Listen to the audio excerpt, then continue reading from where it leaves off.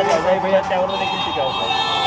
मला वाटते की भाजपाला राहुल गांधीवर बोलल्याशिवाय झोपच लागत नाही आणि राहुलजी ज्या पद्धतीनं देशभरामध्ये काम करत आहे, विरोधी पक्ष नेता म्हणून त्यांची भूमिका आहे आणि त्यांनी ज्या ज्या सूचना याच्या आधी केलेल्या त्या सत्य झालेल्या आहे आणि म्हणून मला वाटते की विरोधी पक्ष नेता देशाचा हा कसा असावा याचं जिथं जागतं उदाहरण म्हणजे राहुलजी गांधी आहे आणि प्रखरपणे कोणाच्यालाही दबावाला बळी न जाता देशासाठी बोलणारे नेते म्हणून राहुल गांधी आपण पाहिलं असेल की त्यांच्यावर किती प्रयोग करण्यात आले, ईडी सीडी सगळंच त्यांना दाखवणे पण कुठेही न डगमगता आपली भूमिका ठामपणे मांडणारे राहुल गांधी आहेत आणि म्हणूनच मला वाटते की भारतीय जनता पार्टीला त्यांची जास्त चिंता आहे.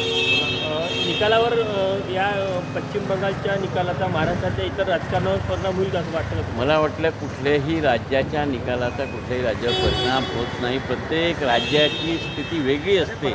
आता पश्चिम बंगालमध्ये जितक्या दिवसापासून ममताजी होत्या त्यांची अँटी इन्कम्बन्सी असेल आणि सत्ताधारी पार्टी ज्या पद्धतीनं निवडणुकीला सामोरे जाते, सगळे फोर्सेस वापरतात, त्याच्यावरून आपल्याला लक्षात येईल की एक राज्याची निवडणूकसुद्धा त्यांना किती महत्त्वाची असते आणि जर देशाचे पंतप्रधान गृहमंत्री त्या निवडणुकीत पूर्णतः इन्व्हॉल्व असतील तर मला वाटते की तिथे रिझल्ट येणारच आहे.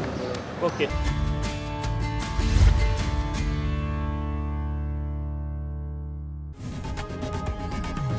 लोकशाही मराठी ऐका, पहा, जागरूक रहा.